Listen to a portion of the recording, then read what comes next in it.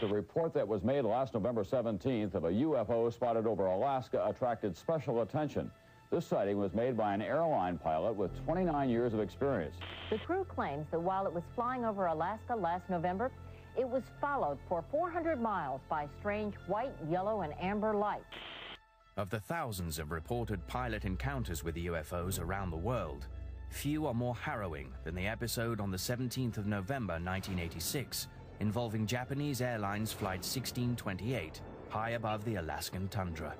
Regarding airline cases in America, the GAL is very interesting because you have multiple witnesses. It was a cargo aircraft, and the pilots observed an object that seemed to be tracking along with their aircraft. It involved an investigation by the FAA. This is an official government investigation of the sighting itself. The events of that night were captured on tape. Spinner 1628 heavy, military radar advises they are picking up an intermittent primary target behind you, in trail, I say again. The Boeing 747 cargo jet was on a routine flight from Paris to Tokyo, cruising at 600 miles per hour at an altitude of 35,000 feet. It was headed towards Anchorage, Alaska to refuel. Suddenly at 5:11 p.m., Captain Kenju Terauchi, a pilot with 29 years flight experience, saw three large, fast-moving, unidentified objects 2,000 feet below. The largest object was described by Captain Terauchi as resembling a shelled walnut.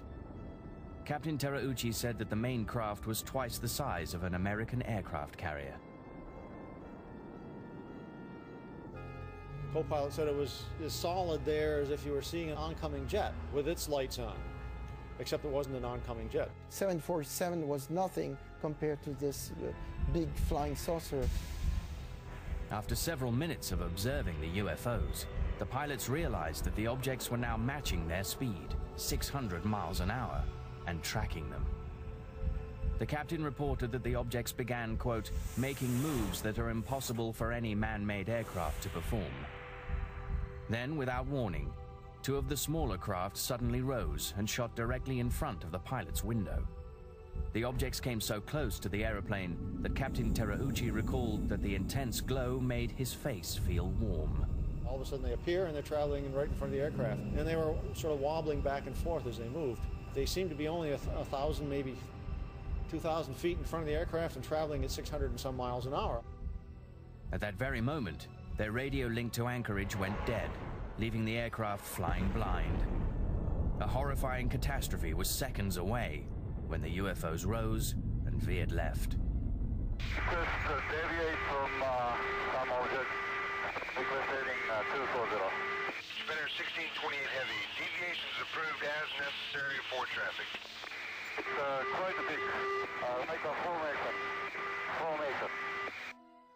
In his official FAA report, Captain Terauchi said we had to get away from that object.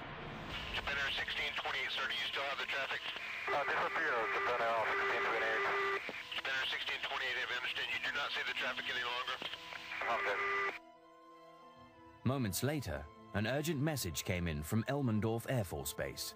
The unidentified object had now appeared on their radar. Yeah, that's 1-2 again. We have confirmed there is a flight size of 2 around your 1550 squawk. One primary return only. Okay, where is he following him? It looks like he is, yes. Okay, stand by. The phrase flight size of 2 indicated that JAL 1628 had uninvited guests, possibly with hostile intentions. Spinner 1628 heavy, military radar advises they are picking up an intermittent primary target behind you, in trail, I say again. Immediately after this confirmation, the FAA requested that the Air Force scramble jets. Do you have anybody to scramble up there, or do you want to do that? Oh, we're going to talk to your liaison officer about that. It's starting to concern Japan Airlines. I think it's 360 now. It's still falling. Okay, we'll call the military desk on this. Although the military desk took no action, JAL 1628 landed safely in Anchorage at 6:20 p.m. Extensive media coverage around the world has helped make this incident one of the most widely reported UFO cases in history. The JAL case continues to inspire debate about the nature and intent of the objects that tracked the 747. To this day, it remains a mystery. The Japan Airlines 747 had a saucer go around it. The papers mysteriously disappeared from the FAA office.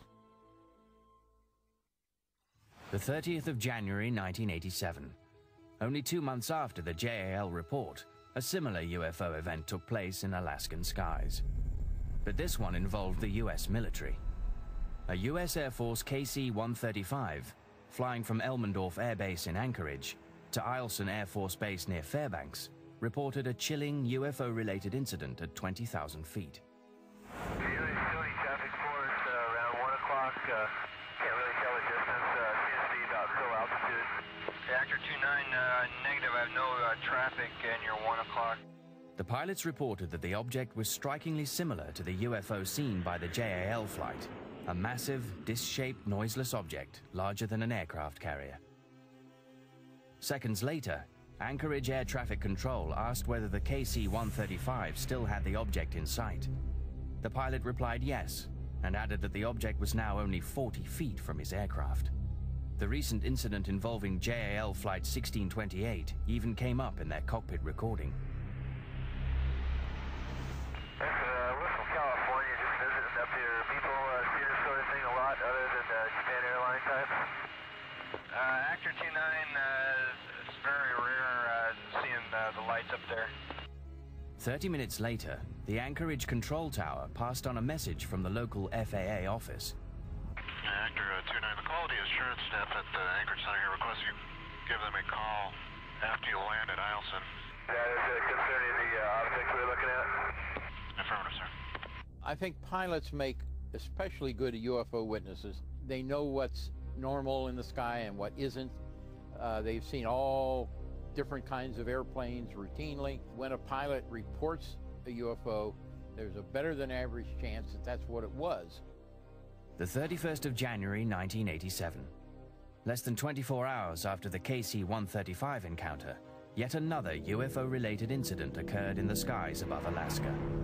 The pilots aboard Alaska Airlines Flight 53 witnessed enormous, bright, disc-like objects tracking their aeroplane. Ground control stated that no object was visible on radar, but it was the speed of the UFO craft that alarmed the pilots. The head just underneath our radar picked up a blip. He's moving about a mile a second. Just pull out straight ahead of us and just disappear. Man, he was there and then he was gone. If you're a pilot and you report a UFO sighting to the FAA, you might as well turn in your license the next day. The FAA, the military, even civilian authorities don't want to know about UFOs.